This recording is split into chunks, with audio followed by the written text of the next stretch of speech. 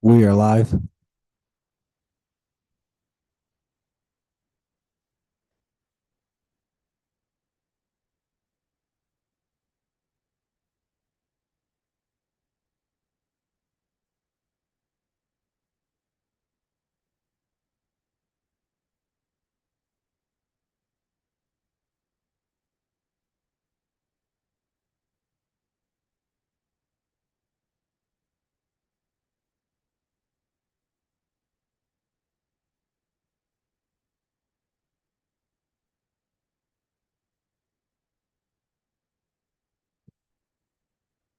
Okay, everyone, we're all together. So at 5:04, I'm calling to order the Finance Committee for today. What is today? Like the 7th, April 7th. If we could get a roll call, please. Absolutely. Counselor Cassett, Here. Counselor Lindell, Counselor Faulkner, Here. Counselor Lee Garcia, Here. Chair Romero Worth. I am here. Madam Chair, you have a quorum. Terrific. Do we have changes to the agenda tonight? Madam Chair, no changes from staff. Okay, changes from the committee, and if not, is there a motion to approve? Second. We have a motion and a second to approve the agenda for tonight. All those in favor, aye? Aye. Anybody opposed? That motion passes. We do have a number of items pulled from consent.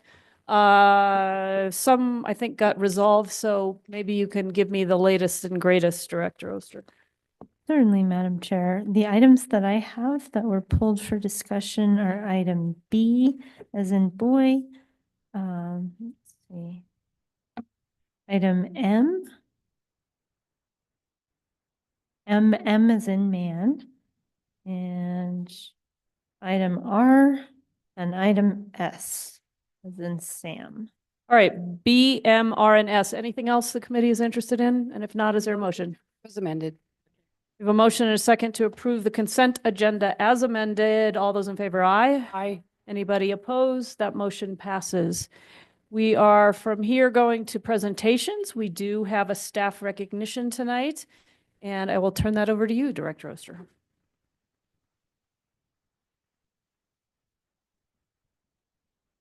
Thank you, Madam Chair and members of the committee.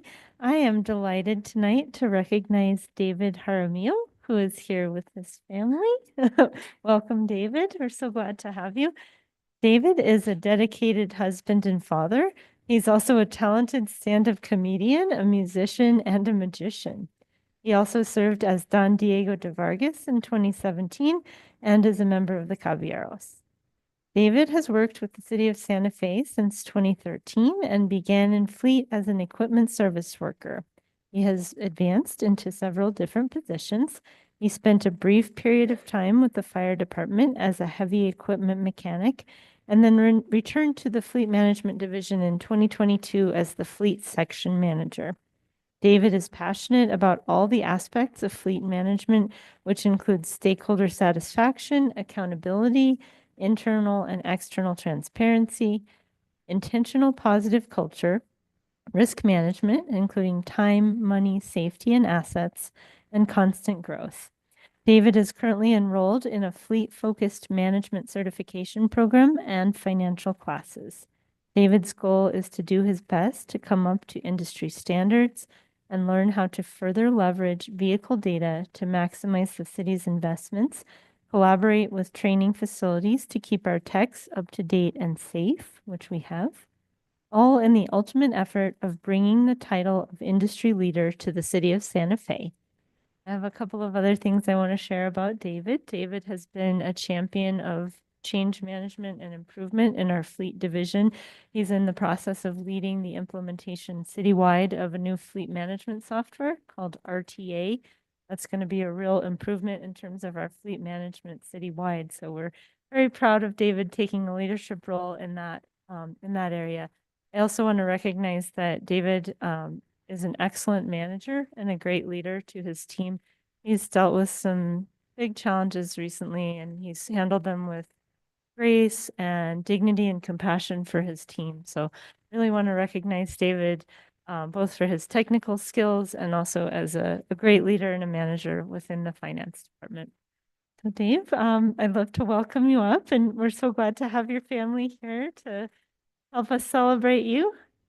I'd love to welcome you up so I can present you with your certificate. And this is little Dave, little Davey. Little baby. Yeah. Oh, I really love my job and I just appreciate everybody. So thank you. Thank you. Thank you for all the work you do. Yeah, Counselor Lindell. Thank you, Chair. I know that Mr. Jaramillo brings amazing skills to us. He's also a wonderful leader, but what I personally know about him is that he has amazing kindness and he treats people kindness and deep respect. I personally have seen it, and I am so happy that you were on the City of Santa Fe team. It means a lot to me. Thank you. And I am just dying to know what your son is eating. It looks very tasty. Ah, all right. He's gobbling it right up. Counselor Lee Garcia, sorry. Thank you, Madam Chair. Dave, congratulations. I just, you're doing a great job in the city, and I first met you back when you used to work for a private business, Paisano. And I remember that you'd go into the store and nothing but smiles. So when you have somebody like that that brings joy and positivity to any crew, I think that is something that's very positive. And there's always going to be, obstacles and things to overcome. One of the things that I remember, and I hope you don't, they used to call you Panda. So I was like, who's the panda? It's that big dude over there at Paisano. So anyways, I just wanted to show my gratitude also for your contribution to the city and what you're doing in this field. Obviously the field of fleet maintenance and auto mechanics it's very intriguing, it's interesting, and it's very challenging. And so well deserved kudos. Well, thank you for being here tonight. Thank you for all the work. Really, really appreciate it. And it's always great to see your smiling face in these chambers. So thanks for coming on over for this. Appreciate it. Thank you, counselors. With that, it is my pleasure to present David with this certificate of appreciation and thanks for his performance, service, and dedication to the city of Santa Fe, New Mexico. Congratulations, Dave, and thank you so much. Thank you to your family also. Yes, well deserved. Thank you, Madam Chair, and thank you, members of the committee. Thank you so much, Dave and family, for joining us this evening. Madam Chair, I think we're ready to continue on our agenda. Okay. So we are moving now to the consent agenda. The first item that was pulled is item B, request for approval of general services contract for Verdosoft LLC for the purchase of OpenGov, e-procurement solutions and implementation services in the total amount of $550,236.73 plus New Mexico gross receipts tax for a 5-year term. We have our purchasing officer, Travis Dutton-Layden, with us, and Counselor Cassidy, I believe you pulled this item. I did. Thank you so much. Thank you for being here. I apologize. I meant to send you email ahead of time so you'd be prepared for questions. So if there's anything that you need to get back to us on, I understand. That was my fault. I really would like some more information on how this will improve procurement. We hear a lot about the challenges around procurement, that it causes a lot of delays. And I understand that, from what you and I have discussed, that there are a lot of steps, there's a lot of complications, and moving pieces, which can sometimes slow things down. So I am interested in why you feel this change is going to be an improvement, what that improvement is going to look like. And then I guess the second part of the question will be, we've been moving towards Tyler systems throughout the city. And there's been a lot of conversation about continuity and trying to get on Tyler everywhere we can. And yet here we are moving away. And so I'm a little concerned about how that communication between these two systems is going to work and how we are going to address them. So two-part question, why is this better? And two, what do we have to look out for that is not part of Tyler? Yeah, the green light, is the green light on? And you're reasonably tall, so if you want to put it on Green the light. side, then you don't have to scrunch over. There you go. You think, There you go. Madam Chair, Councillor Cassett, thank you so much for having me tonight, and thank you for the questions. So how is this better? We've spent 2 years, so I've been here for 2 years now, and I've been searching for a solution to help us. We implemented the bid module in Tyler on December 23rd of 2023. And we have struggled with that module weekly. So we're constantly calling IT, trying to have them help us. Today, for instance, the bid module went offline. So we had an RFP due. Proposals were due today at 3. Vendors were trying to submit their proposals and it was offline. With OpenGov, we'll have, they have a first line of defense for customer service. So we'll be able to call them and tell them, hey, a vendor's trying to upload a bid or proposal, and then they'll help them directly. With the bid module, my staff and I have had to devote a lot of our time to help vendors register and submit their bids and proposals. So OpenGov is, I'd say, best in class. And I'm not just saying that about the vendor, but their solution. So when I was at the state, I was on an e-procurement committee. I was on an RFP committee, a nationwide committee, and we evaluated many different e-procurement solutions. And during my tenure here, Alexis really wanted me to look at other solutions. And I did. I looked at many. And with other solutions, I would say, hey, do you have this feature? And they would say, no, but we will someday. With OpenGov, I would say, hey, do you have this feature? They'd say, yes, and we have all these things. And then I kind of demoed more than I requested every time I asked him if it had a certain one of my requirements. Procurement is difficult, I'd say. And I think this solution is going to help us streamline a lot of things. They have a pretty big vendor network currently, so we'll be able to get more competition. And can you, I think getting some information on what that streamline, it sounds like, well, first of all, that there's going to be some freeing up of city staff time because of that customer service component. Is that an Definitely. accurate assessment? Definitely, yes, Madam Chair, Councilor Cassett, definitely. And then in terms of some of the features that were important to you with procurement and how that will impact, I mean, again, what I really am thinking about is both from the city perspective, when I hear from departments about, I have this thing that we want to get done and it's caught up in procurement, that hopefully that, I'm hoping that timeline will maybe not be as long. I understand we have to have things open for a certain amount of time, but then afterwards, there's a lot of processes that, from my understanding, get, a lot of things kind of get, clogged up in the system. And hopefully we'd be able to get projects moving faster. Is that something that we hopefully we'll get with OpenGov? Yes, I think from the soups to nuts. So while even departments are trying to figure out how to write something, so they have a request module. that has thousands and thousands of scopes of work that have been written by government entities around the nation.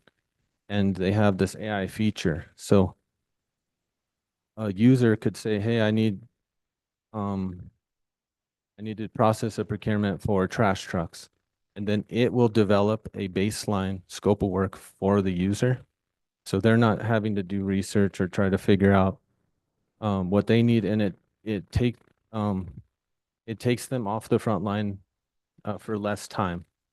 So because of the staff are often doing double duties, they'll be able to come off the street, submit the request, and when we get the request in purchasing, they'll be a lot more full and almost ready to go.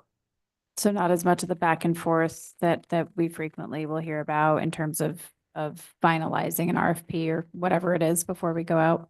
Yes. And then from the vendor side, I've heard a lot of challenges on dealing with our RFP process. Sounds like going offline is apparently something that occurred today, but just other challenges in being able to fill things out and feeling like there's a lot of repetitive questions, that it is not the most friendly process for individuals that want to do business with the city.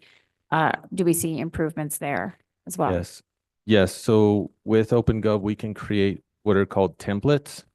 We can create as many templates as we need to. So we'll be able to put all of the required language into a certain section. So it'll be there for reference, but then we'll be able to spotlight the nitty gritty, the items that we actually are requesting.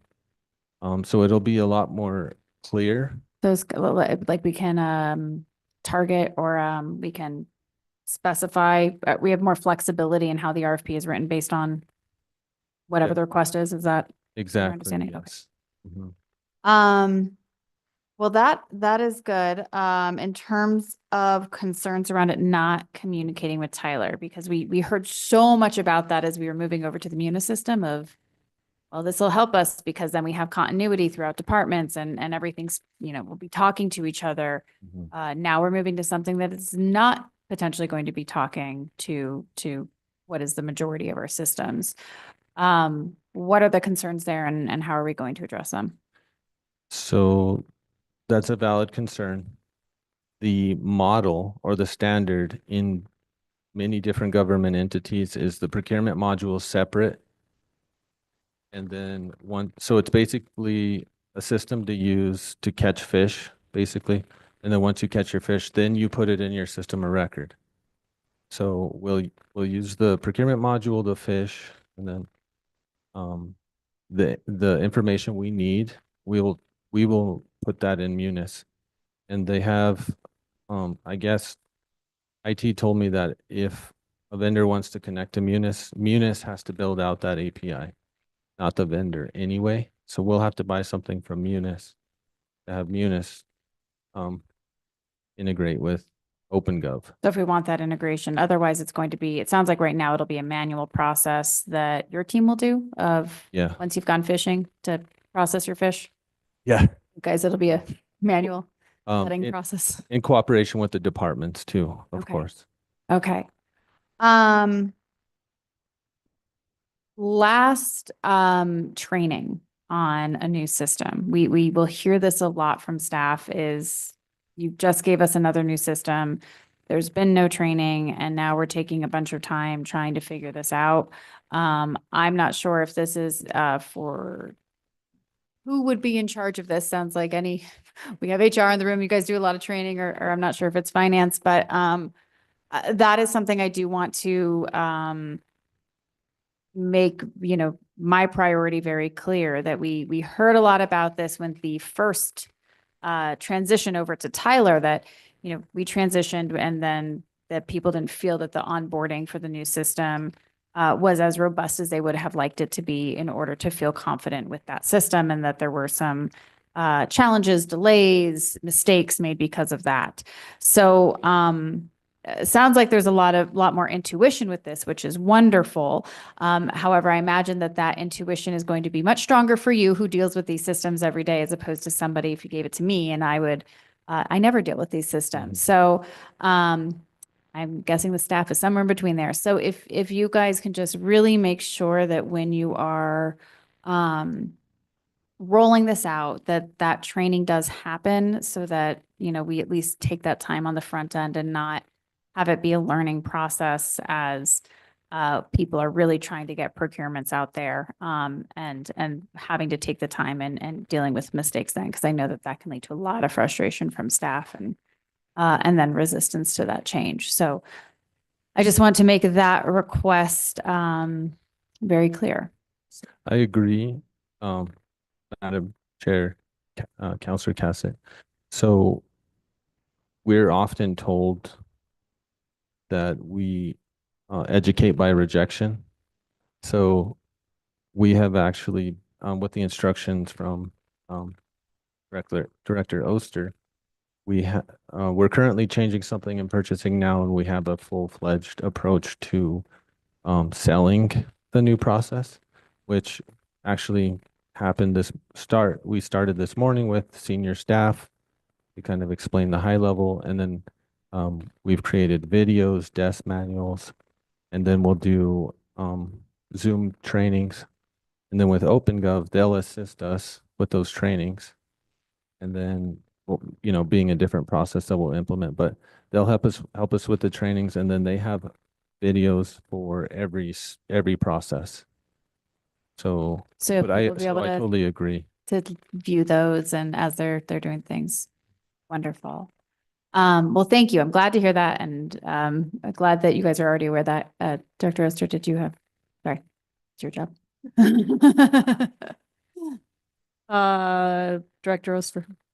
Thank you. I just wanted to add just a little bit more in relation to your questions, because I think they're very important. So in relation to using Tyler and using Munis, the procurement team has really taken the lead during my time here at the city in terms of implementing new functionality in Munis. Like Travis mentioned, we did implement this e-procurement bid module in Munis, and we've really tried to make it work to the point that Travis has actually been enlisted by Tyler to sit on an SME panel to try to improve the product.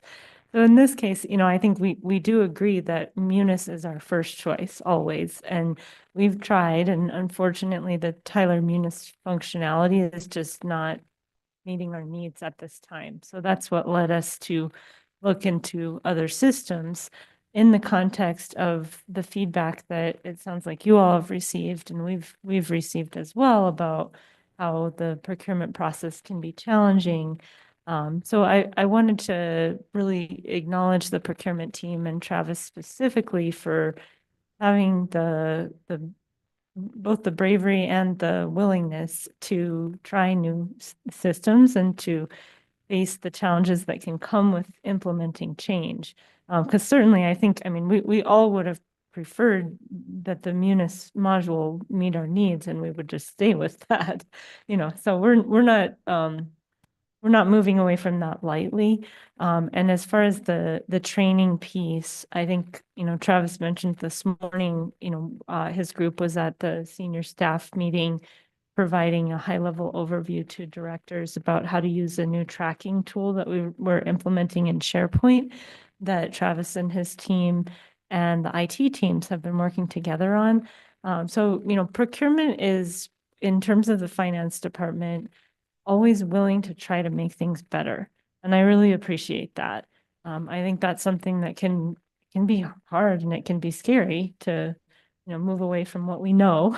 Even if we don't like it, it can be hard to try something new. So I think that Travis and his team have really been leaders within the finance department in terms of saying, we need to try something new. Let's come up with a solution. Let's give it a shot.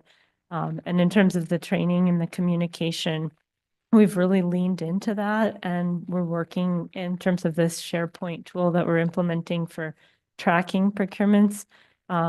We're working very hard. Travis's team is working very hard to make sure that people that are going to be using that system have the tools they need to be successful, and the folks around them in the organization understand the change as well, so that they can provide good support. So absolutely, providing a lot of training and resources is key to successful implementation of any change, whether it's technology or anything else. So, I just wanted to chime in and say that we're committed to making sure that with this change and with all of our changes, that we're providing users with training and tools so that they can be successful and so that we can make the procurement process less painful for everyone, including the procurement team.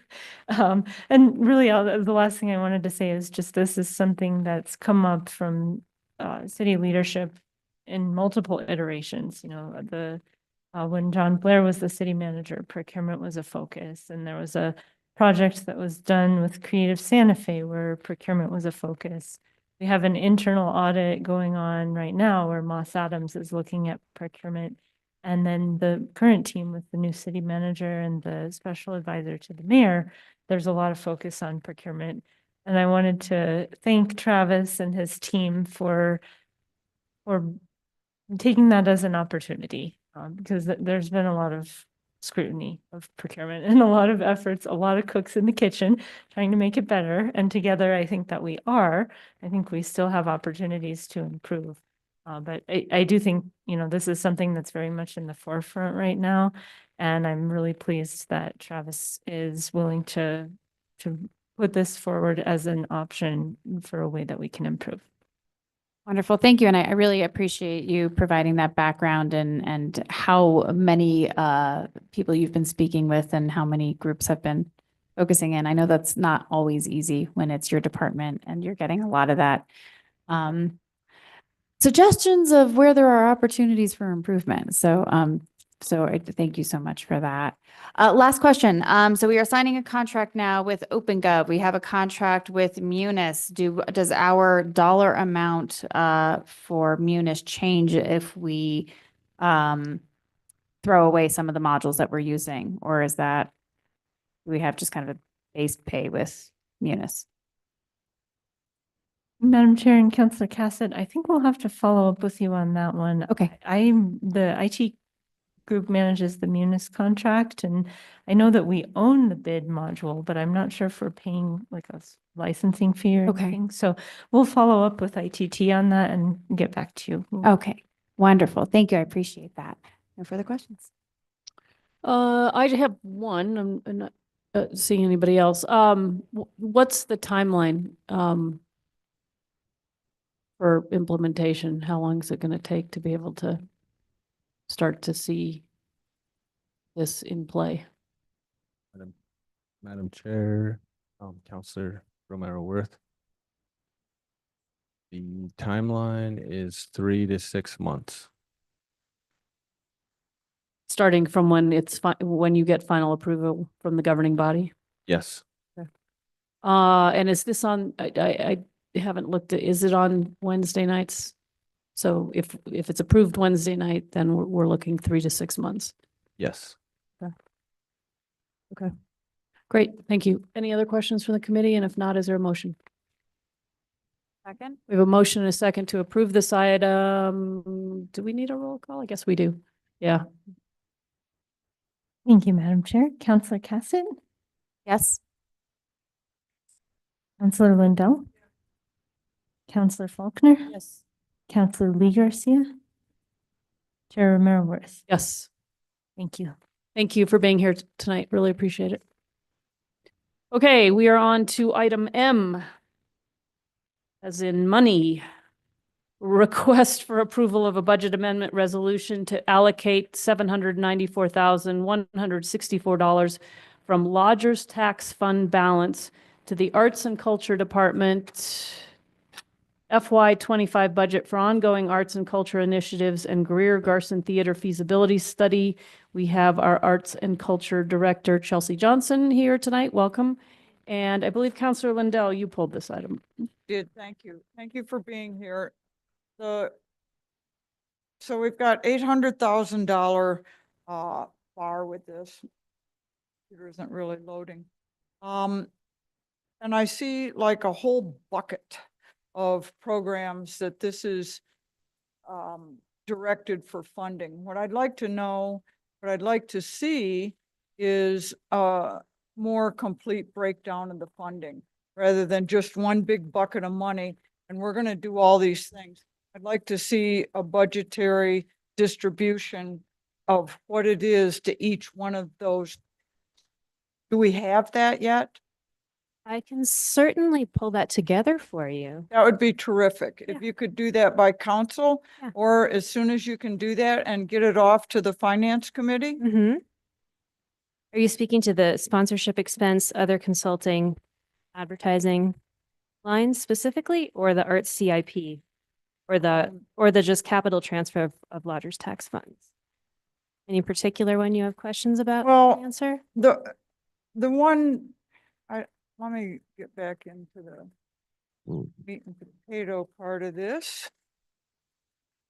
My computer isn't loading. I can make, do you want me to help here? Yeah, go ahead. So I think in the background in summary, maybe it lists a number of different one-time initiatives that looks like will benefit from this money, including the feasibility of Garson Theater, sponsorship of popular and cultural meaningful Santa Fe events, extensive inventory processing and proper disposition of thousands of items of film, photography, music equipment at Garson Studios, public programming and additional advertising for the 20th anniversary of Santa Fe's prestigious UNESCO Creative Cities designation. I think, Counselor, you're asking for a breakdown of how the dollars will be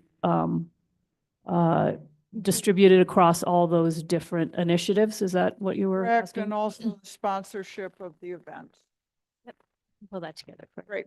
That's what I'd like to see, just a little bit more complete breakout of, instead of just a big bucket of money and a whole list of projects, I'd like to see how much money is going to each project. you. That's all I have, Chair. Okay, other questions from the committee? If not, is there a motion? Move to approve? We have a motion and a second to approve this item. If we could get a roll call. Certainly, Madam Chair. Counselor Cassidy, Yes. Counselor Lindell, Yes. Counselor Faulkner stepped out. We'll skip her for right Yeah, now. she'll be excused till she returns. Thank you. Counselor Lee Garcia, Yes. Chair Romero Worth, Yes. motion passes. Thank you, counselors.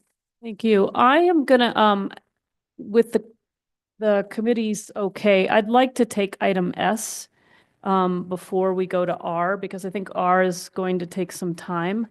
And that way, the folks that are here for S can get on their way. Is there any objection? Do you want a motion? Move to go to item S and then return to item R. Is there a second? We have a motion and a second. All those in favor, aye. Anybody opposed? That motion passes.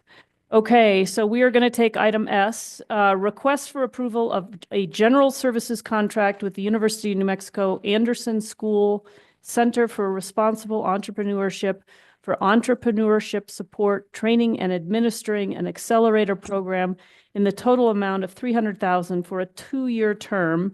And we have a number of guests here tonight. Johanna Nelson with the Office of Economic Development and Eric Renz, Whitmore Economic Development Specialist. And let's see, Counselor Lindell, you pulled this item. Do you want them to give you any kind of overview of this, or you want to dive right into questions? Whatever you want.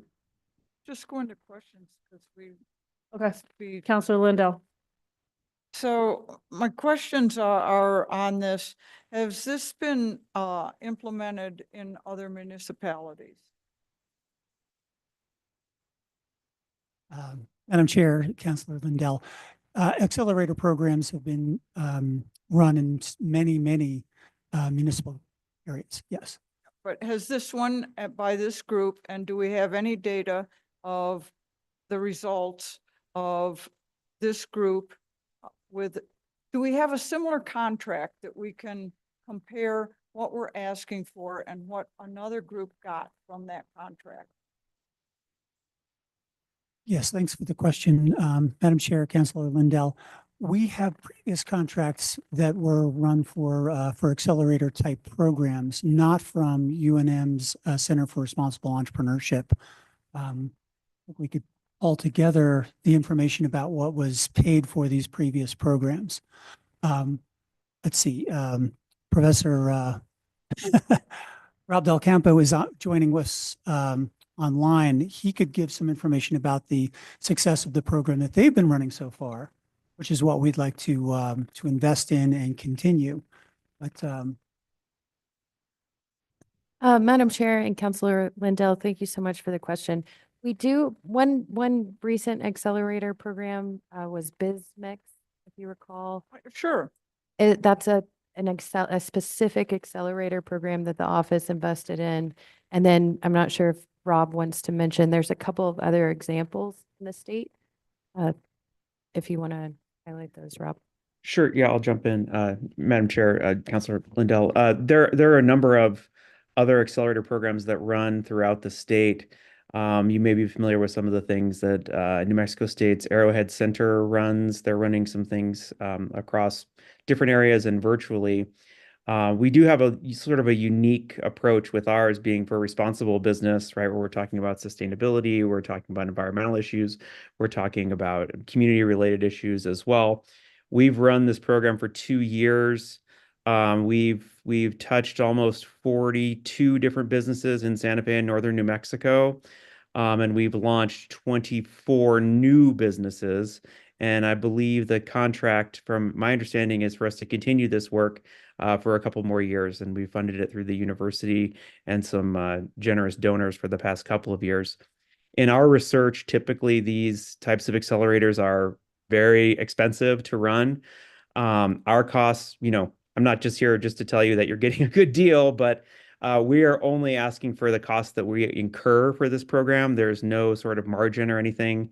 As the university and the flagship university in the state, we are just requesting funds so that we can operate. And it's only a portion of the operational funds for the next 2 years. Our actual costs are closer to, including salaries and such, about $700,000 for a 2-year period of running this. Okay. It would be really helpful if we could, in a packet like this, have more detailed information of what the outcomes have been, how many people have been touched, what the businesses are that have been, I think you said there were 24 new businesses. Is that right? Well, That is correct.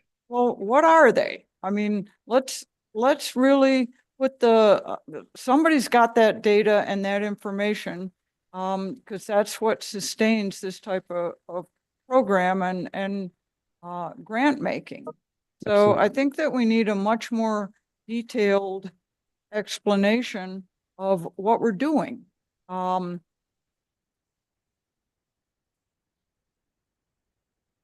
Or I do, let's put it that way. So that's what I would like to see come to us, because I know that information exists. And,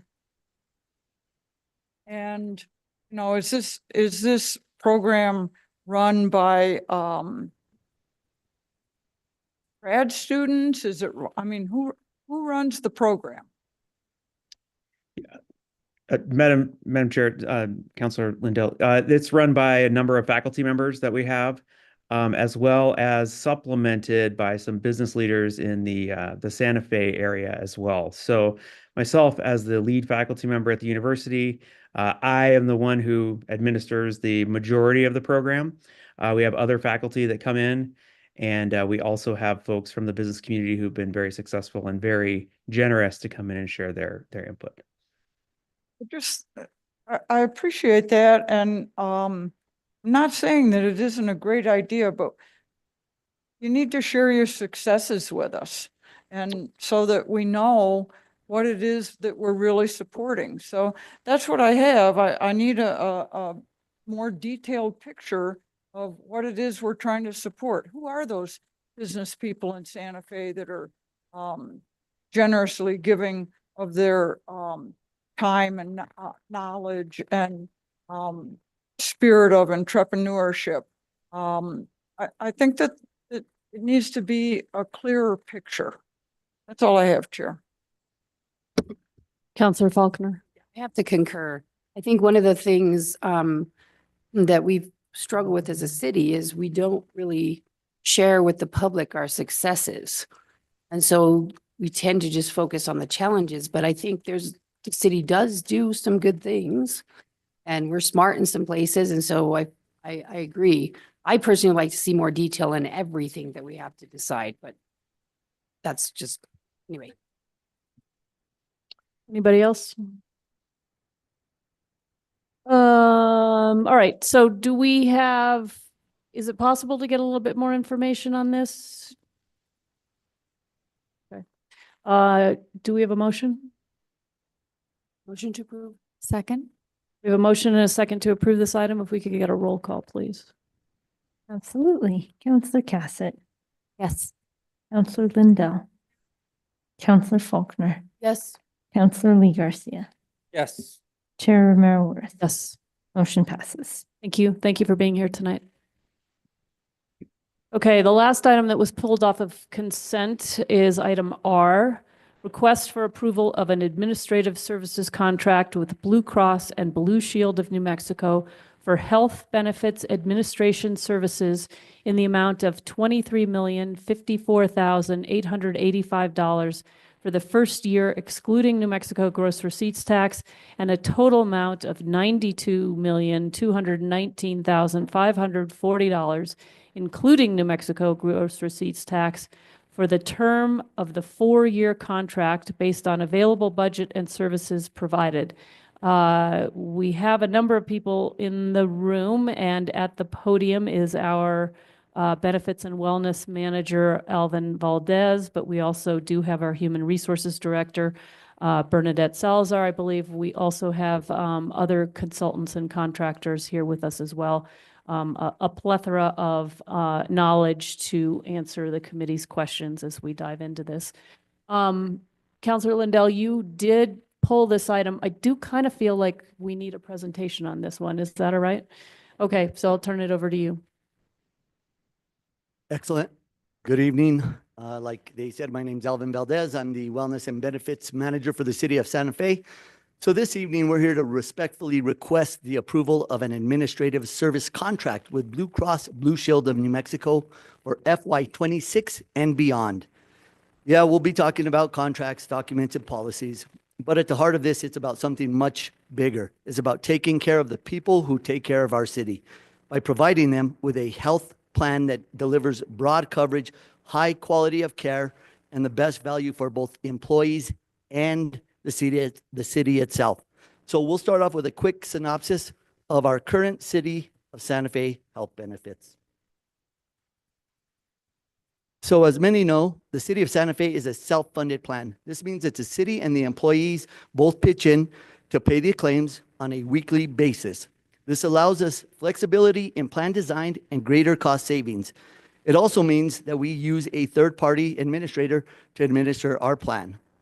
So our current renewal is about to conclude our current contract, and it concludes on June 30th of 2025.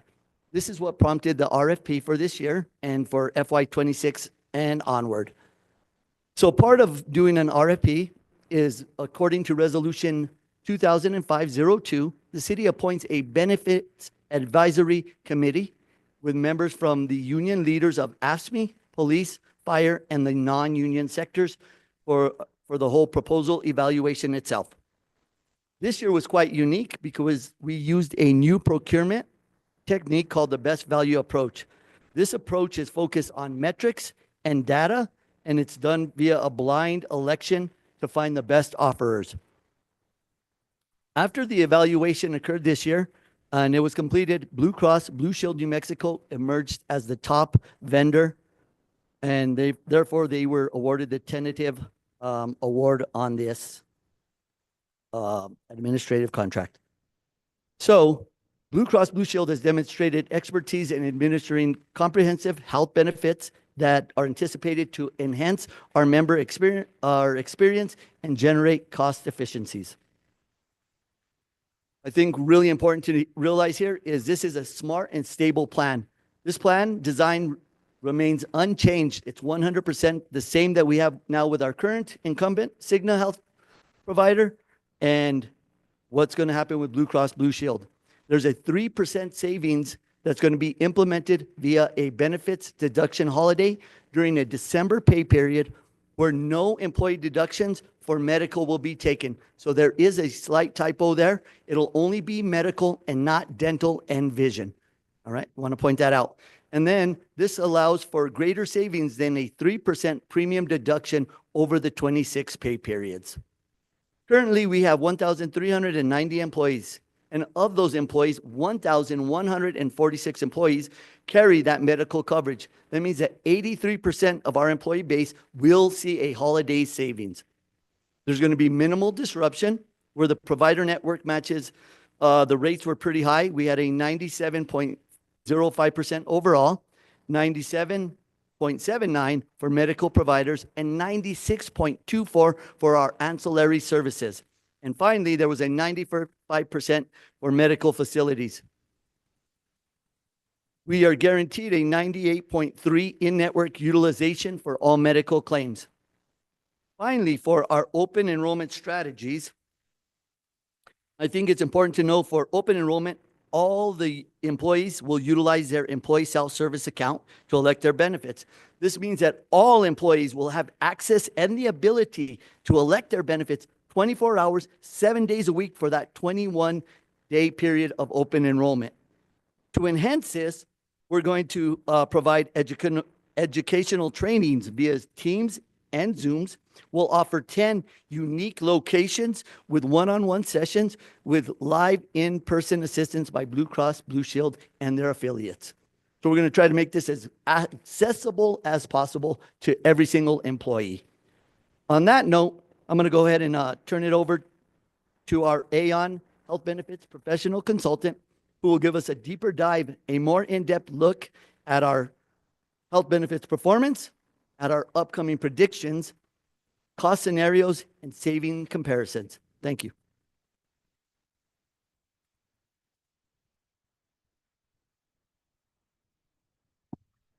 Good afternoon, Madam Chair and committee members. My name is Trey Sarsfield. I am an actuary with Aon Consulting. As Mr. Valdez mentioned, we are the employee benefits consultant for the city of Santa Fe. If my name and face are not familiar to you, I will refer your memories to Mr. Todd Burley, who gave presentations like this in years past. I have taken over the majority of his financial duties for the city. Thank you again for your time. What we will attempt to illustrate here tonight is not just the self-funded nature of an employee benefits program, but also how much will that cost and how will that be paid for, split between the city and your employees. So first, we would like to present a 5-year history around the most recent increases for both the city and for the employees. As we see, this is not a consistent number. The nature of self-funding means that some costs are variable. We do, of course, know that stop-loss premiums and administrative fees, and in fact, the dollar amounts that you quote to your employees as their responsibility are fixed per head costs over the course of the contract. But not only the other component, but the considerably larger component would be the actual claims that come in. And under a self-funded arrangement, you will be responsible for the actual claims that come in, whether that is above, at, or below expectation. For the past 5 years, what we have seen are increases of 11%, 9%, again, 11, 18, and then the last couple of years have been a 0.5% increase to the overall rates and just shy of 7%. The other item that we would make sure that we point out is that especially during the uncertainty of COVID and lockdown, no increases to the employee rates were enacted for fiscal 21 and 22. And then there was an attempt to right-size those. And in fact, even in fiscal 24, there was a bit of a makeup there for the 7% increase to employee rates. Some of that was the 0.5% that was expected for that year. 6.5% of that 7 was actually making up for a contribution deficit from the past. Another item to discuss the upcoming costs would be to look at the current costs and the current budgets. What we are showing on this slide would be the overall month-by-month costs that come in versus the overall planned funding. So where we are on both the full year 23-24, which is the bottom half of this, and in fact for the first 7 months as of January 25 for the existing fiscal year, is roughly a 99% loss ratio.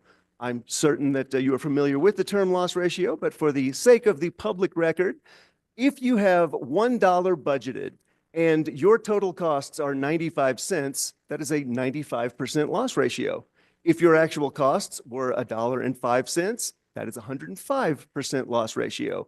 And as we are showing here, the city's budget and actual have come in very, very close to one another to approximately 99% each of the prior full year and so far year to date.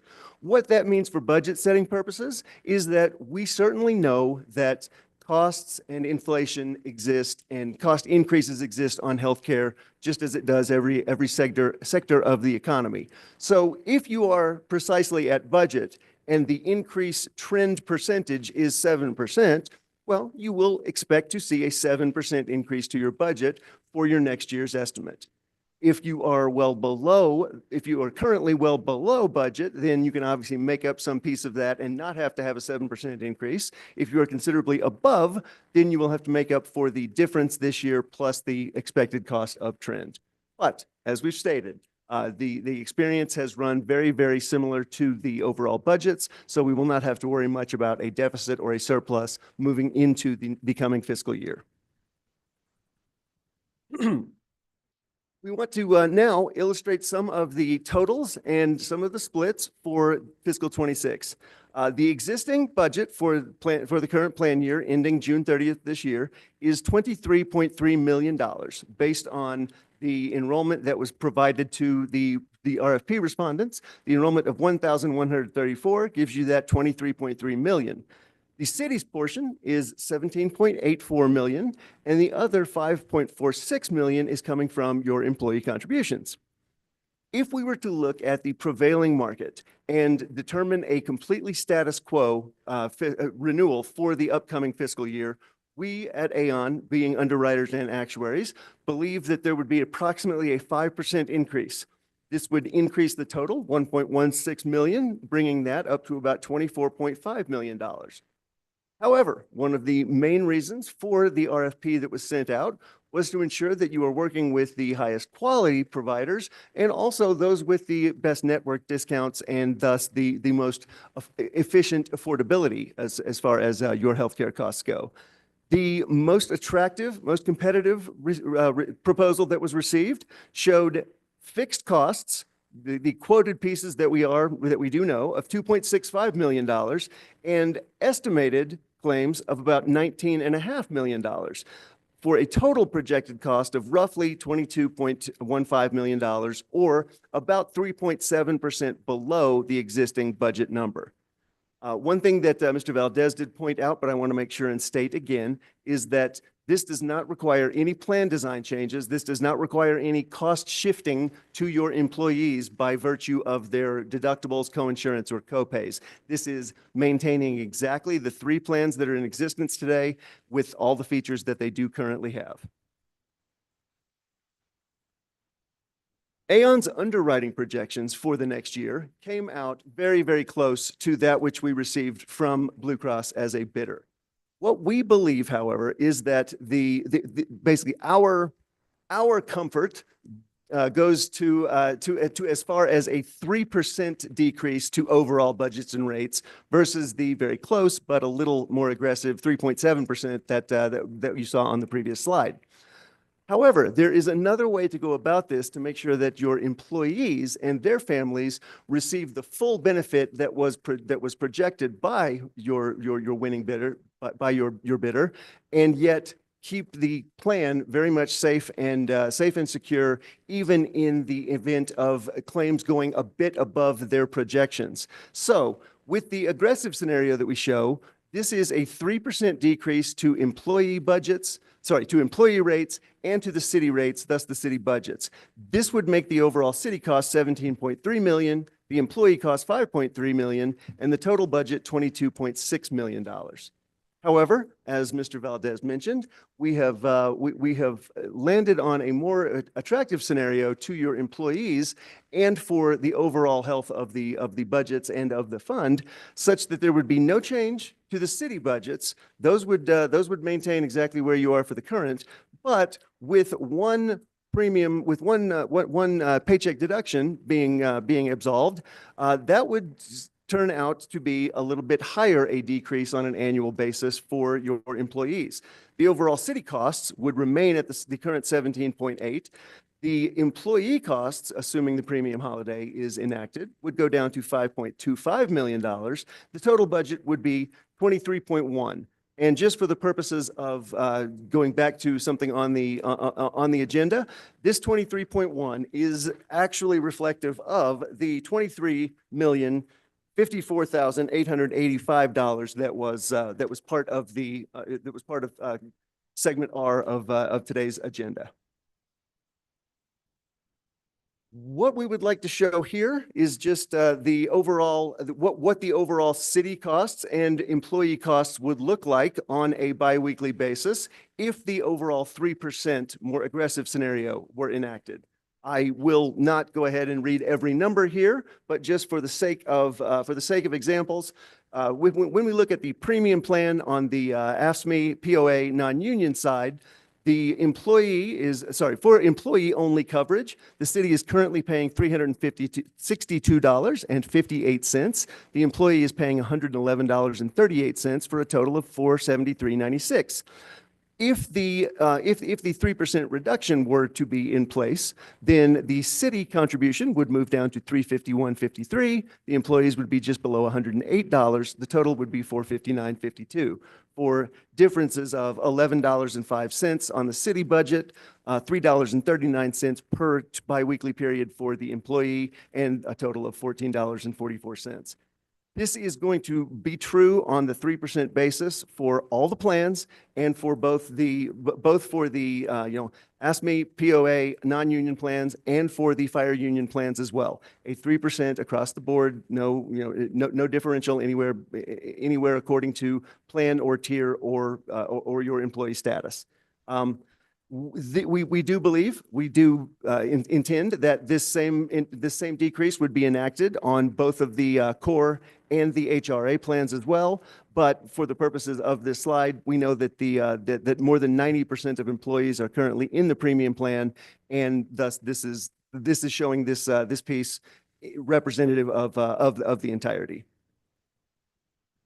I'd like to make one final statement related to overall contribution comparisons, and this would be looking at the individuals that are on your plans. And by that, I mean all of the individuals that are on your plans. Every employee, regardless of plan that they choose or tier that they are in, regardless of whether they are union or not.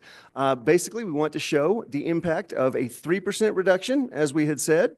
And we want to show the impact of the premium holiday as well, and show you that is actually a larger number. So to just pick one specific one, we will go to the core plan fire union.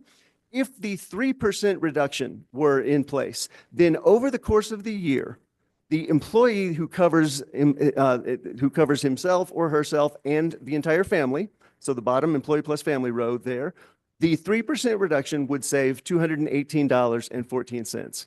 However, the premium holiday would save $280.78, an additional savings of $62.64 over the course of the year. And as we said on the prior slide, this is true for every employee. This is true for all plans, for all tiers, regardless of employee status. So, with that, we believe that we have shown you the rationale behind the $23.05 million, and we believe that it is very responsible from the city's budgeting perspectives, but also as generous and as kind as possible to your employees as well. So, With that, I certainly, again, want to reiterate my thanking you for your time, but would welcome any questions at this point. Thanks again. Thank you. Can we get these presentations sent to us via email?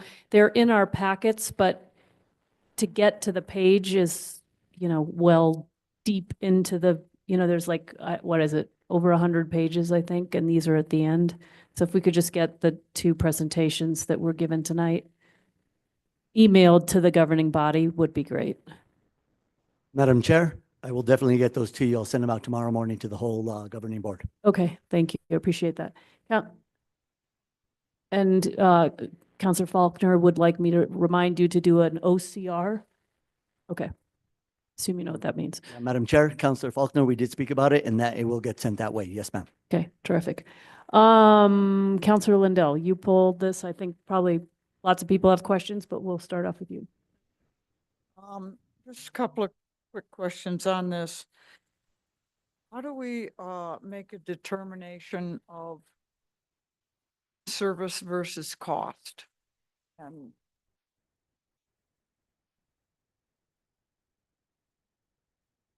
I will at this time cede the floor to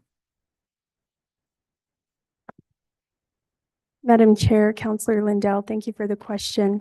As Alvin Valdez mentioned, we used a new approach for this RFP called the best value approach. So there's voting involved with our benefits advisory committee. And I think in discussing with that group, which meets every quarter, the most important thing for employees, and the members are representative of each of our departments and union memberships, the most important thing to them was maintaining our plan design. So we went into the RFP knowing that we wanted to keep the plan design the same to the extent possible. So that was the goal from the beginning. And to do that in the way that would have the least impact to employees, but the best cost value. so what do you think the biggest change, not dollars, what's the biggest change that employees will see in us switching over to Blue Cross Blue Shield rather than United Healthcare? Cigna, sorry, aren't they a part of? Madam Chair, Councillor Lindell, I would say that, and I know Blue Cross Blue Shield representatives are here.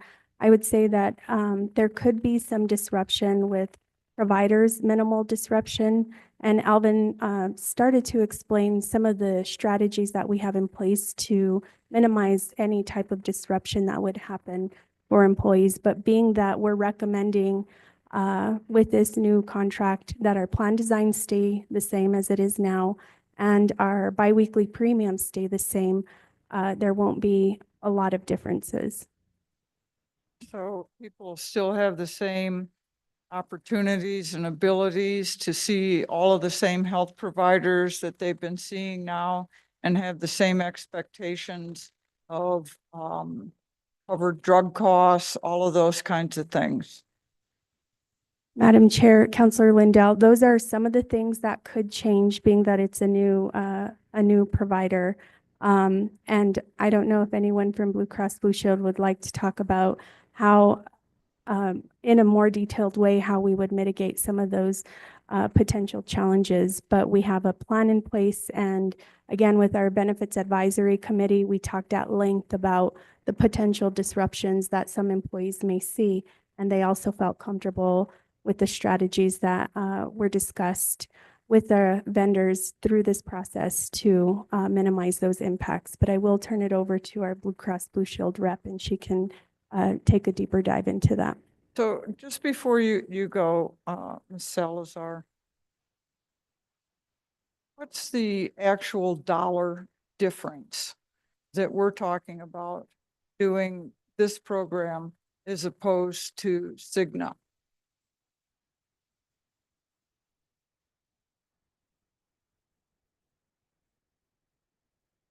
Madam Chair and Commissioner Lindell, I am, again, this is Trey Sarsfield with Aon. The difference between the proposed bids that came in was approximately $2.4 million.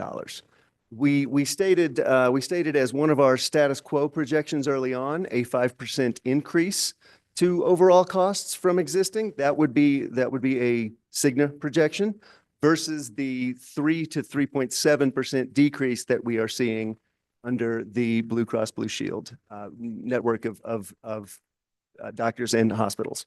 So a 2.4 annually? That is an annual figure, yes, ma'am. So and we're talking about a 4-year contract? Yes, Madam Chair and Commissioner Lindell, we are discussing a 4. So 9.2 over the course of 4 years.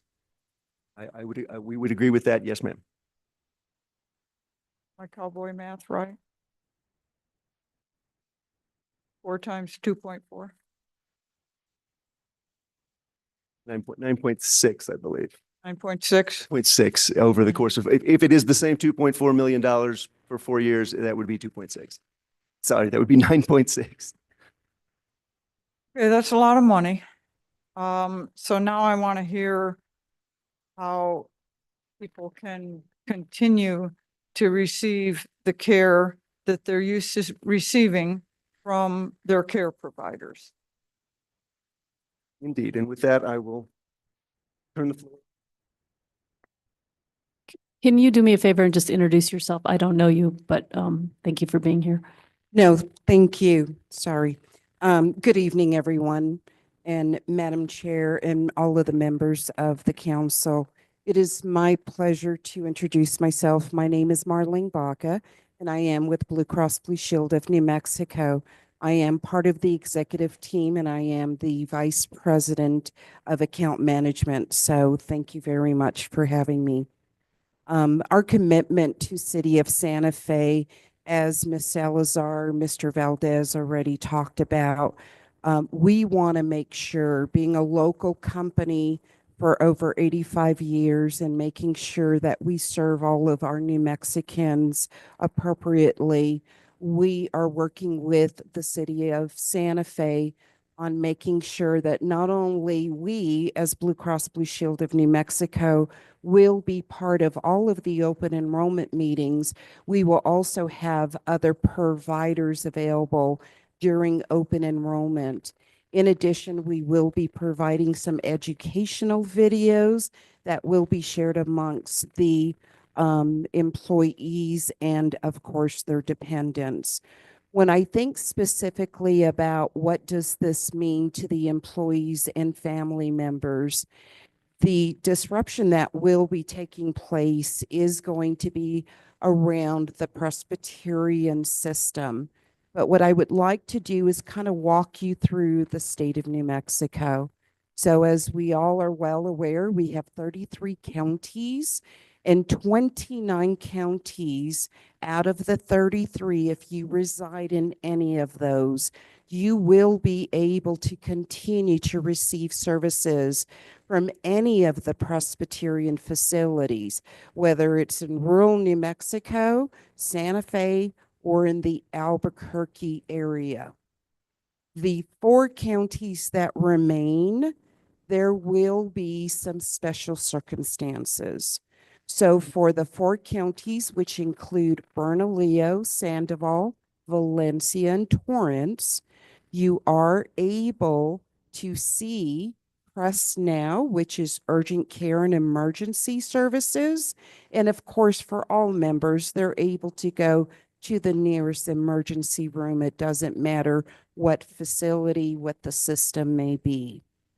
For the 4 counties, other services that our members are able to receive is behavioral health. They're able to get MRIs at the Presbyterian MRI Center, as well as receiving any type of surgical services at the Presbyterian Russ Medical Center, which is, of course, in Rio Rancho, part of Sandoval. We then also work with Presbyterian for transplants, neurology, and neurosurgery.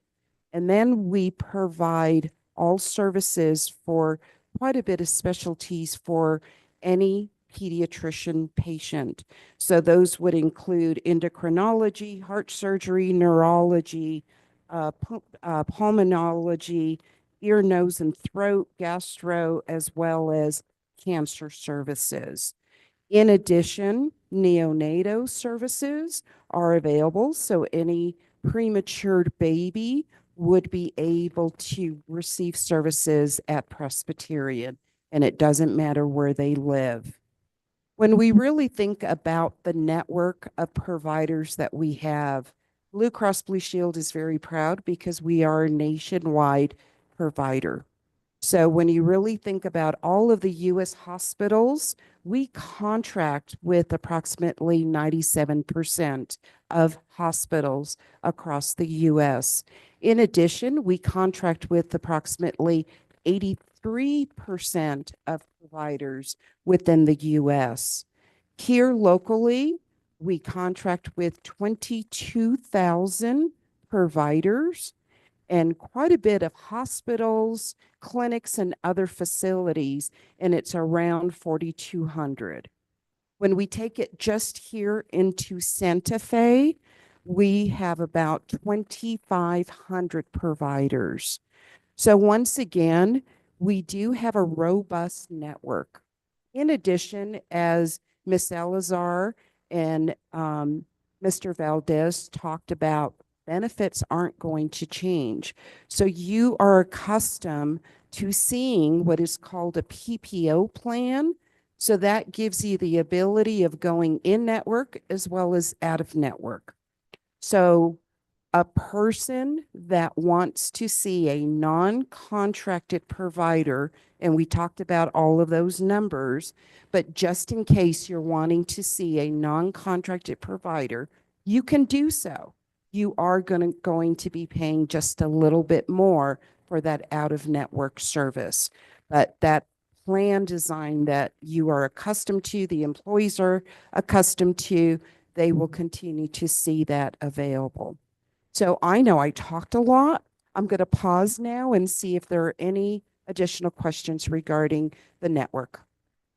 Yeah, so you just said if someone sees someone out of network, they're going to pay a little bit more.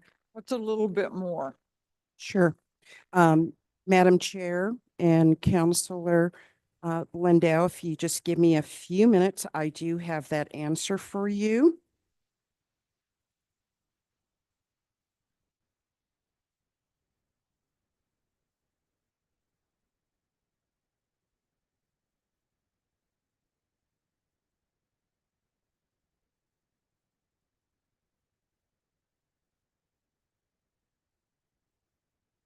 With apologies, I did not flag my page. If you don't mind, I'm going to be asking my staff member. Sure. Okay.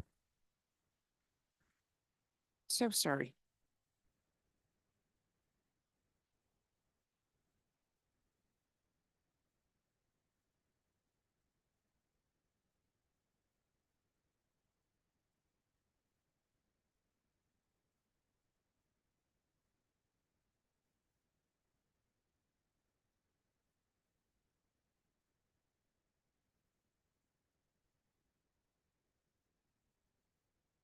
So, Madam Chair and members of the council, in network, the deductible is 0, but if you do go out of network, the deductible is $300.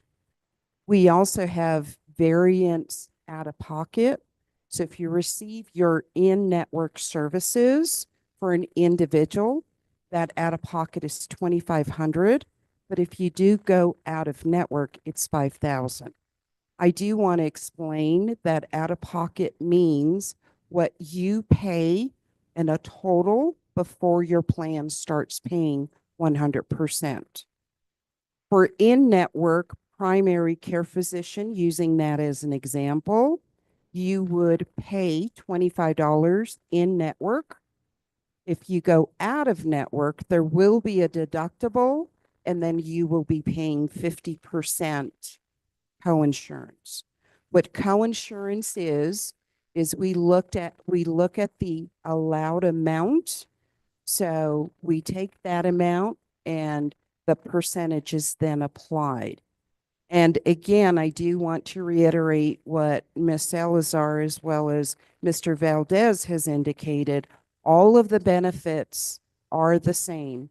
Blue Cross Blue Shield does not create the benefit plan design. This is something that we look at, and as our customer is telling us, we want you to administer these benefits, that's how we administer it.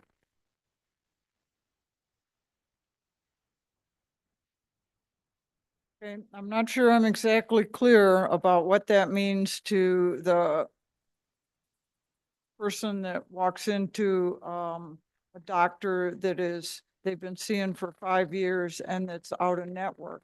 How do they have a deductible that they have to meet?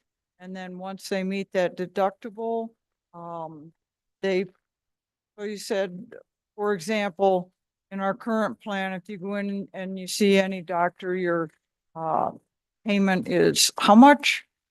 So I just use primary care physician as an example, $25 for in-network. Okay. Out of network, you would be paying the $300 deductible and then 50% out of pocket. There are some exceptions, Madam Chair and Councilor Lindell. So we will be looking at transition of care. So as you started your statement with, if I've been seeing this provider, am I going to have to pay something different? It really depends on the scenario. So we are working very closely with Aon and the HR team in identifying some information that we do need to get from your existing carrier today.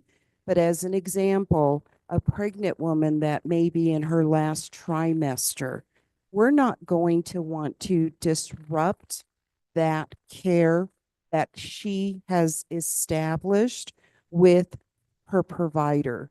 So we will receive that. We'll work very closely with that individual and make sure that she knows that that coverage will continue as part of the transition of care. And again, I'm just using that as an example. I think that, I need to think through this, and I probably have some other questions. Think if someone goes to see their primary care doctor and they're used to paying $25 or whatever, and then it's that, well, you got a $300 deductible that you got to take care of before you get really into the plan. I think people are going to be very, very disappointed about that. And Madam Chair and Councilor Lindell, we are going to be handing all of the employees that are going to see a disruption. So not only will we have our staff members, we are planning on having Loveless as well as UNM be with us in areas where we know that there may be a higher dense of population that may have a little bit more of a disruption. So we will do our very best. We will also work with the HR team, anything else that we need to do, just to make sure that people feel comfortable. I don't really know what that means. I'm not trying to be difficult, but I don't know what that means. We will work with. I mean, I'm concerned about someone getting a bill that they're ill prepared for. They've been seeing this doctor for a long, long time, and they're used to paying copay of whether it's $40. I don't want them to have to pay through $300, and then even on the other end, their copay is greater. Madam Chair, Councilor Lindell, we totally understand your concern. And I think the goal is to have these sessions to educate employees and even take a look at if someone is at one of the sessions and says, can you take a look and see if my medical provider is on the list, then we would look at that. And if it's not, then we know that that would be one employee that we'd be working with from the onset. But the goal is to educate employees to explain what it'll look like if their providers are not in network. I'm really concerned about this. So I can yield the floor, but I'm not comfortable at this point with this. Thank you, Chair. Okay, I think the whole committee has questions, but while we're on this topic, can you speak to the percentage of employees that you think will be disrupted? It's mostly around the 4 counties that have different rules because of Presbyterian, correct? And so most employees, because the plan hasn't changed, and because of your coverage, because of your contract, because of the contracts you have with providers, most people won't see a change. Can you speak maybe to the percentage of people and how?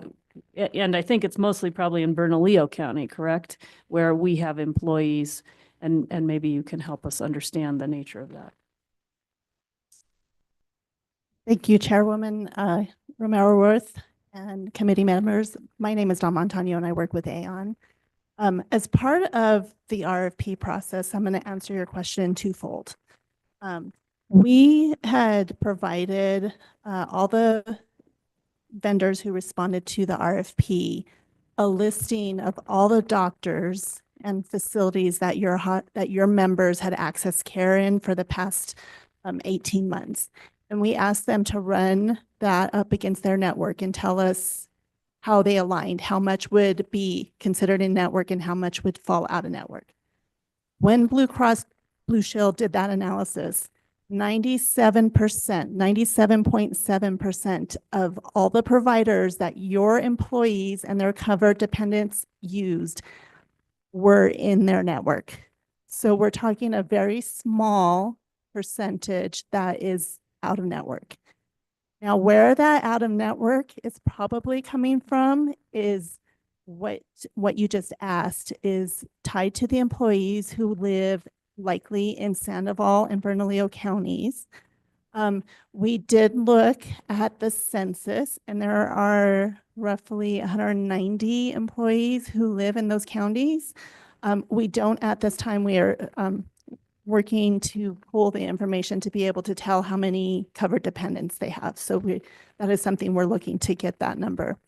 But you roughly have 190 employees who live in Bernalillo and Sandoval County. So those are the employees who possibly are accessing doctors that make up that very small percentage that would fall out of network. Unfortunately, with the way data is stored, we cannot get that level of data from Cigna to identify exactly who would be using a doctor that falls out of network today.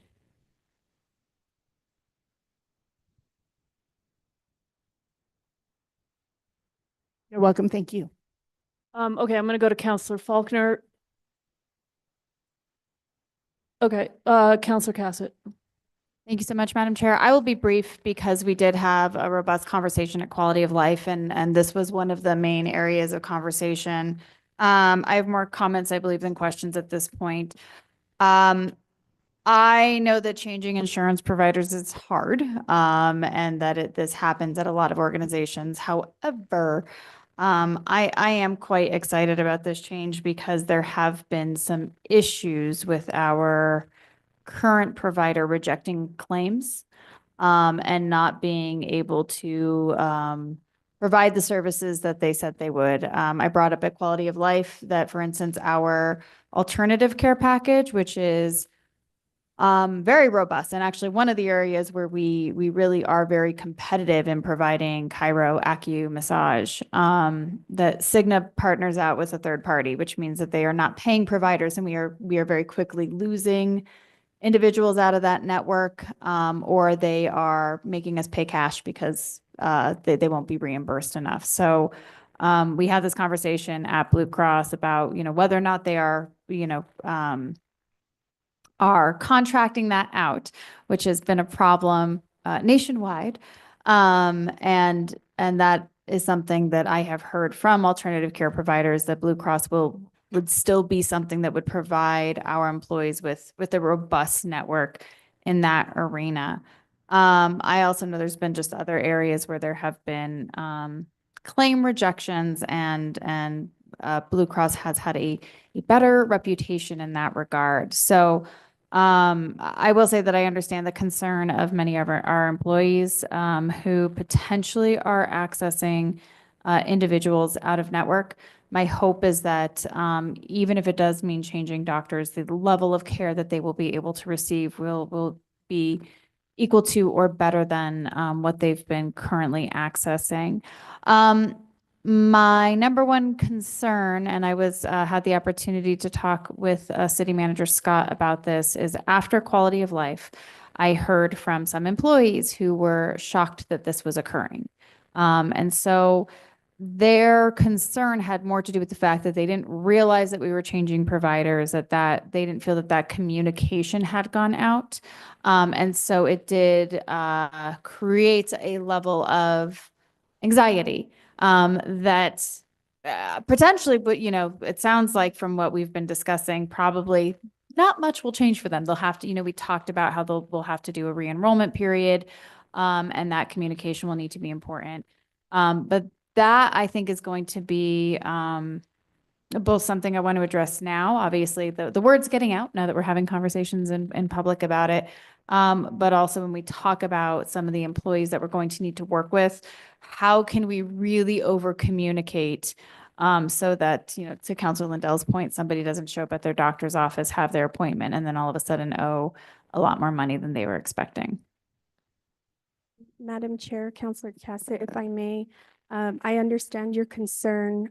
We do abide by the resolution 2005-02 that requires the meeting of the Benefits Advisory Committee, which is primarily made up of union leadership, personnel from the Finance Department, HR, and the legal team.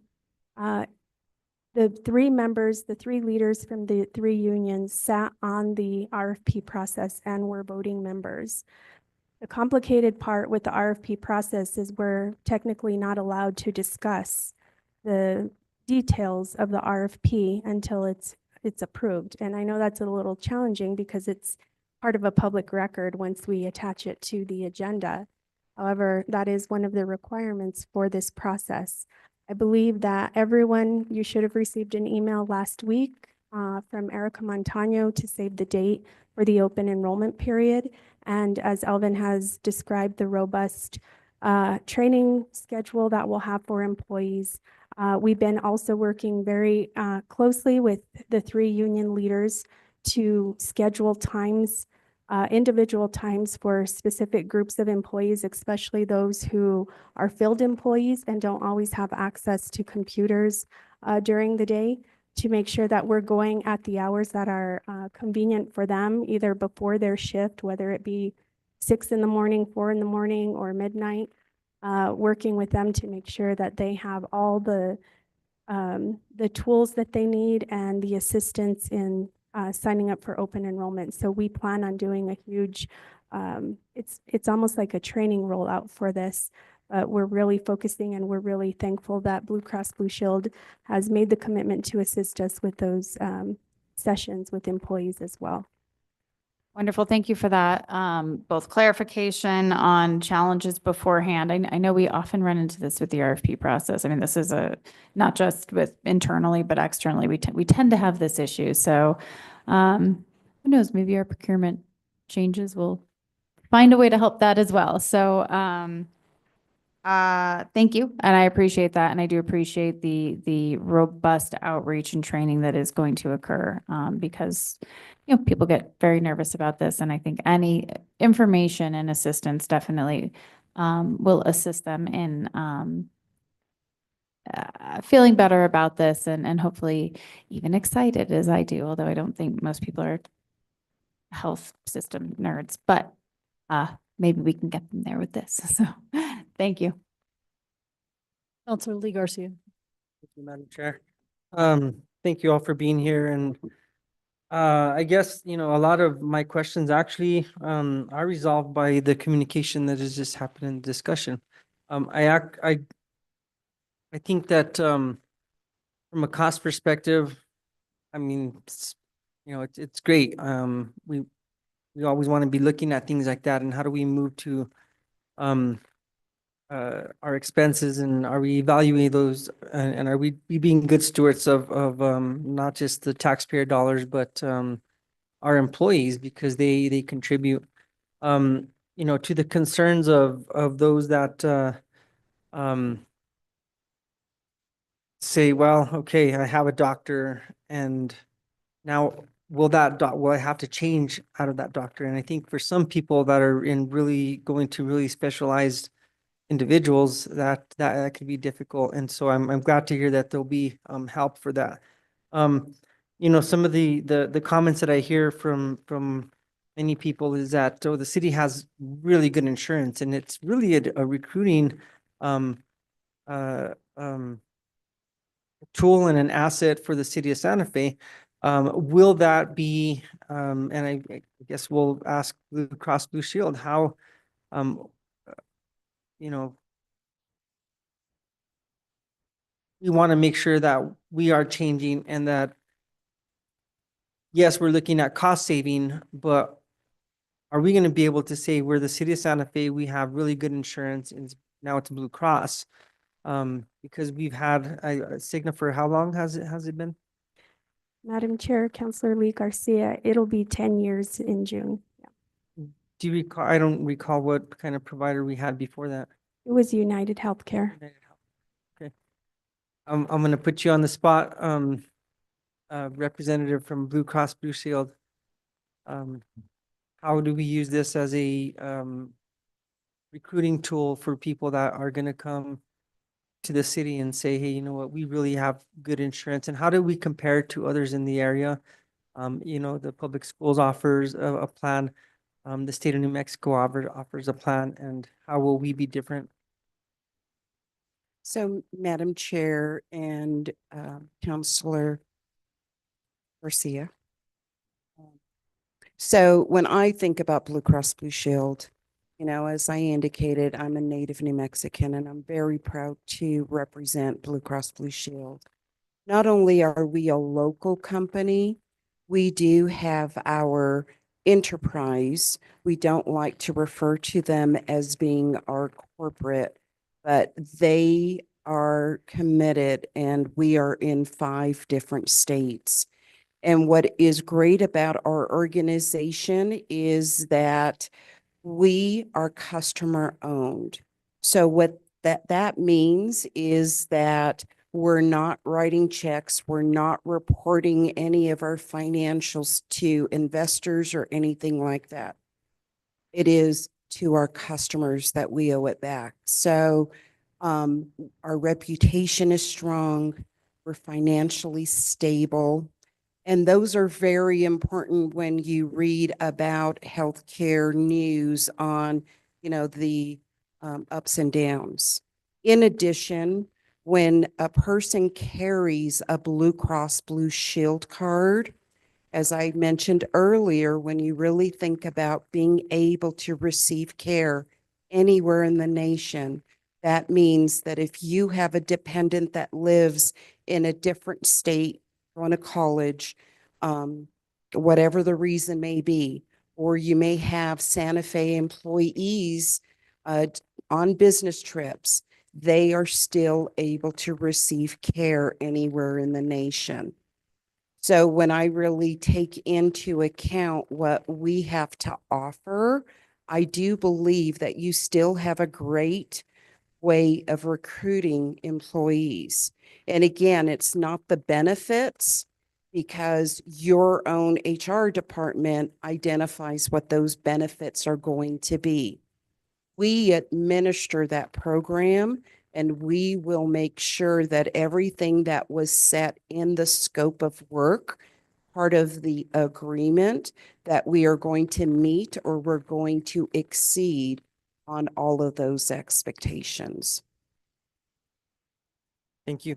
And I guess the question would then go to Director Salazar in regards to how this I guess does compete with other agencies in the area that people would work for, such as the public schools, such as state of New Mexico, such as other areas. Madam Chair, Councilor Lee Garcia, thank you for that question. I think, as I mentioned earlier, the most important goal for the Benefits Advisory Committee was maintaining our plan design. That's what's important to our employees. And the union leaders represent basically all of our employees with the exception of non-union. And that was, we heard that loud and clear. So we wanted to find a way to get the best value and maintain our level of service. And we were able to do that through this process. And as the union leaders will attest to, they have been invited and will be attending on Wednesday night, that it is a recruitment tool. So as far as how we compare with the state and the public schools, since, as Marlene mentioned earlier, we don't currently have co-insurance with our premium plan and no deductibles. The state's plan does have that, and their cost sharing is less attractive for employees. I believe that the state is on a tiered system, and so the employees have to contribute more biweekly than we do. And for what the employees contribute here, they get more for their money because of the way our plan is designed. So I think that because we're maintaining that, that will still be a key recruitment tool across the board for our recruitment efforts. And so my next question, I guess, is going towards collaboration with our union representatives. What was their, I mean, they have given input on this?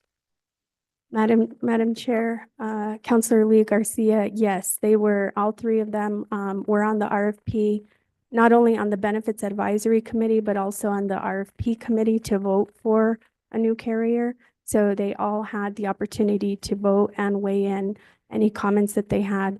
The concerns that you all raised tonight as far as disruption of employees and their medical providers, or maybe even medications, is something that we talked with the group at length with. And at the end, they felt comfortable with this decision. And Blue Cross Blue Shield was the selected vendor through our RFP process. Thank you. I think discussions and collaboration with those that are going to receive this benefit. And so I guess those would be my concerns. I know that change is not always easy, especially something of this magnitude. One last thing I'd like to learn a little bit more about in regards to typically with our public safety division of the city and firefighter, police. I know that they've prided themselves on having premium. I don't know if it would be you or Aon that would, because I know we've had presentations on that in the past, but they will still be receiving the same level of insurance that they currently are that they have now. Madam Chair, Councilor Lee Garcia, yes, their plan will stay exactly, their plan design will stay exactly the same as it is now. Thank you. No further questions, Madam Chair. Thank you. All right, so a couple things. Best value procurement, something new at the city, keeps popping up. I know we don't have our procurement officer here anymore. Is there anybody who can speak to kind of the philosophy and how that works and why that was an appropriate methodology for evaluating this RFP? Madam Chair, I can speak to that. So the best value approach is a procurement methodology that's been around for decades. It's, pretty well established in government. And what it does is it moves away from very specific, detailed specifications and instead adopts a methodology that allows vendors to propose solutions to a problem. So the procurement focuses on describing the need, and then the offerors describe how they would address that need. So that's, a high level explanation of what the methodology of best value procurement is all about. The goal of it is to solve the problem or, address the need, the overarching theme. And sometimes, not necessarily in this particular case, but sometimes there are things available in the market that we may not be aware of here as city staff in Santa Fe. There might be things happening, although certainly, I would not know all of the detailed offerings that are available for a health plan administrator. Blue Cross Blue Shield or Cigna are going to be much better positioned to describe their services and how they would serve our population. So the best value approach allows the flexibility for the vendor to provide us the best services they can offer. And then also the other goal of best value procurement is to streamline the evaluation process and make it so that we can move faster with requests for proposals. Okay, I think that's helpful. The concept came up several times. I know that we are using this approach. It is fairly new. And so I think it's just important that we be familiar with it, especially as the Finance Committee. Yes, Director Oster, you had something else to add? Yes, please. Thank you, Madam Chair. It is new to the city of Santa Fe, but as a procurement methodology, it's been around in government for a number of years. Yeah, that's a good distinction. When I mean around here, I mean in City Hall. I guess the other thing I want to understand is why it is that this contractor is going to save us money in an area where we have only seen increases and would expect to see increases. That's pretty extraordinary, I think.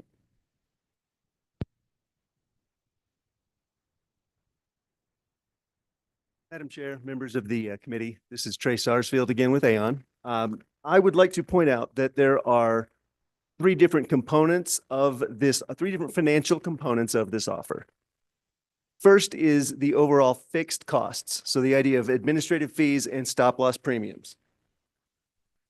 Blue Cross Blue Shield quoted approximately $230,000 below this year's existing fixed costs, which is certainly, $230,000 is certainly a savings. If we were to compare that to some others, those in some cases were not just at, but above this year's fixed costs. So they were able, first of all, to quote the lowest fixed cost. They were able to quote a fixed cost savings. Secondly is the overall network discount. So the amount that they pay versus for the same covered services that other vendors do. In that, their overall claims were projected to be roughly $1 million below. And finally, there is a component called RX rebates. So these are rebates that the administrators have in place with the manufacturers and with the drug companies. And the nature of the quote that you received is that you will receive, I don't want to say the wrong word, but, pass through or something like that. In essence, you will also receive better rebates than the competitors would. So yes, it is definitely, this is a sector of the economy that has only been going up and been going up faster than most other sectors.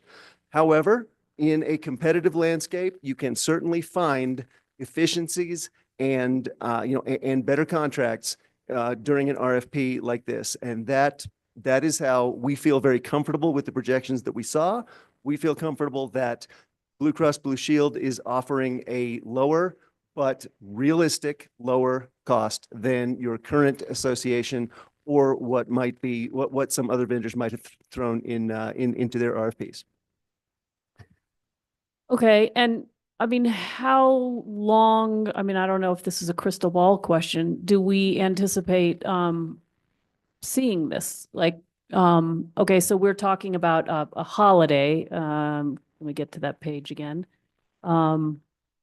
For the decrease in what it will cost in premiums for this year, I guess. I mean, are we anticipating that that's going to be more than 1 year, or I don't know, is that a crystal ball question?